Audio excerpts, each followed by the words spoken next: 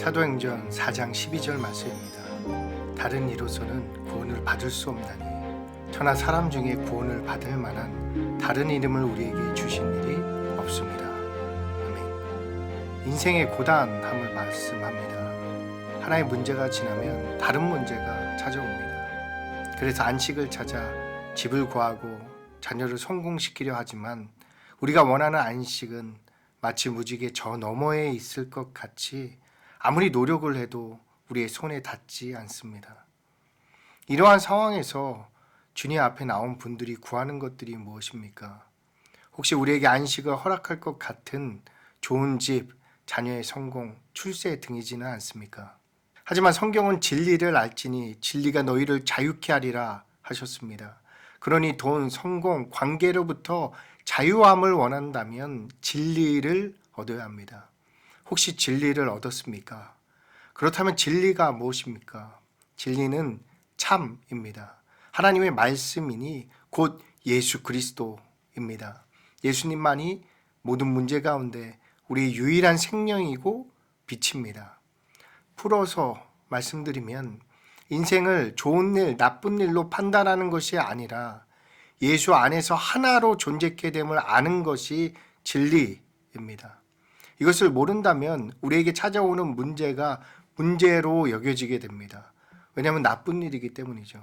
하지만 요셉, 다윗, 다니엘의 문제는 그들에게 문제가 되지 않았습니다. 그들에게 나쁜 일이든 좋은 일이든 그리스도 안에서 하나로 진리로 존재케 되었기 때문입니다. 그들은 진리를 가진 것입니다.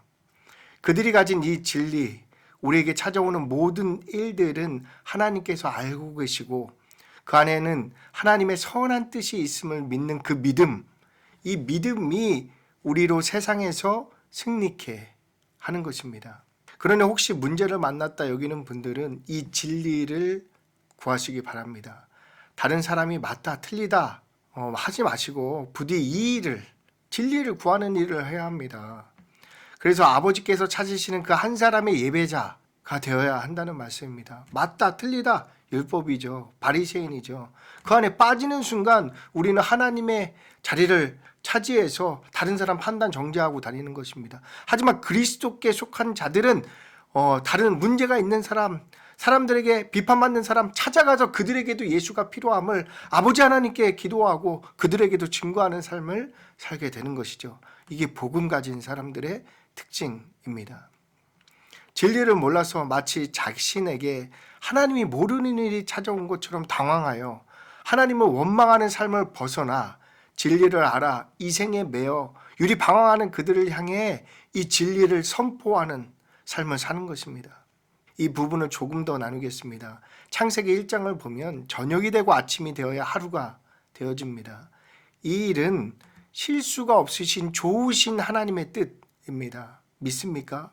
믿는다면 우리에게 저녁과 같은 일이 찾아올 때 눈의 비닐을 벗고 진리로 봐야 합니다. 여기서 하루라는 요미죠.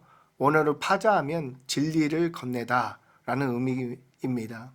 우리가 저녁이라는 사실과 그래서 빛으로 아침이 되어야 함을 알 때 우리의 하루가 시작됩니다. 소경된 자들이 그리스도를 만나 보게 된다는 의미와 같습니다. 깨달아야 합니다. 저녁과 아침이 하나 된다는 것이 무엇입니까?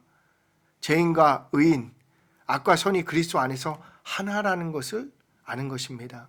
하늘에 있는 것이나 땅에 있는 것이나 다 그리스도 예수 안에서 통일되게 하려 하심을 알게 되는 것입니다.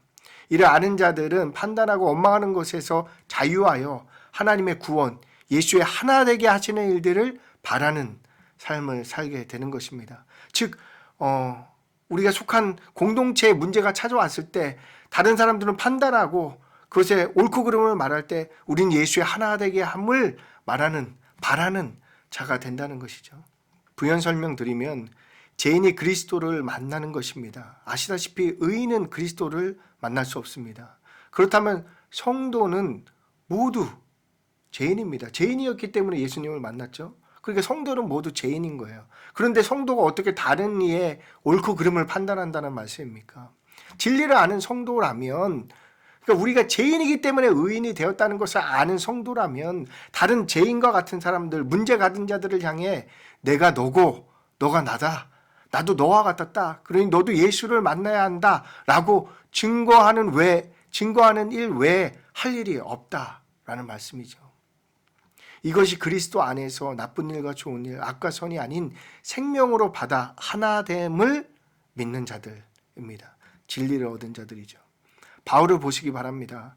하나님의 일을 하며 죽지 않을 만큼 매료맞고 감옥에 갔습니다. 그런데 그곳에서 하나님을 찬양하는 것입니다. 매맞지 않게 해주시고 감옥 가지 않게 해주세요, 이렇게 기도하는 것이 아닙니다. 이렇게 진리를 몰라 두려움에 갇힌 분들은 다른 것이 아니라 바울이 가진 이 진리, 매맞고 감옥 갔어도 하나님을 찬양할 수 있는 이 진리가 필요하다는 것입니다. 그러니 이 진리를 애가 끊어지는 심정으로 구하셔야 됩니다. 판단하고 분별하고 다른 사람 얘기할 필요 없이 이 진리가 내게 있나 없나 라는 것을 확인하시고, 없다면 진리를 구하는 사람이 삶을 살아야 됩니다. 이것을 애가 끊어지는 심정으로 구해야 된다는 거예요. 근데 이거는 안 하고 왜 엉뚱한 일들을 그렇게 하시면서, 그래서 우리는 반석 위에 있어야 합니다. 모래 위에 있으니 비바람을 염려합니다. 반석 위에 있으면 비바람 염려할 이유가 없습니다. 비바람을 피할 세상 것들을 구하지 마시고 아버지의 반석을 구해야 한다라는 것이죠. 반석이 진리입니다.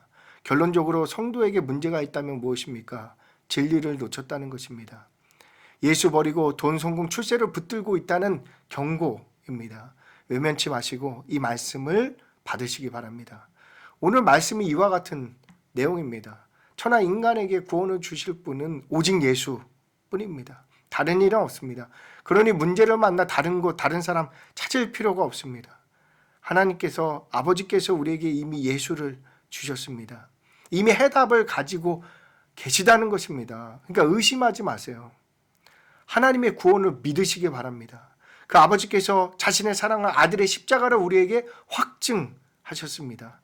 십자가는 그 어떤 죄인이라도 의인이 되는 길입니다. 그러니 염려 걱정하는 자기를 부인하고 깨어 자기 십자가를 지고 일어나 주를 쫓으시기 바랍니다. 그 길에 비바람이 불어도 창수가 일어도 상관이 없습니다.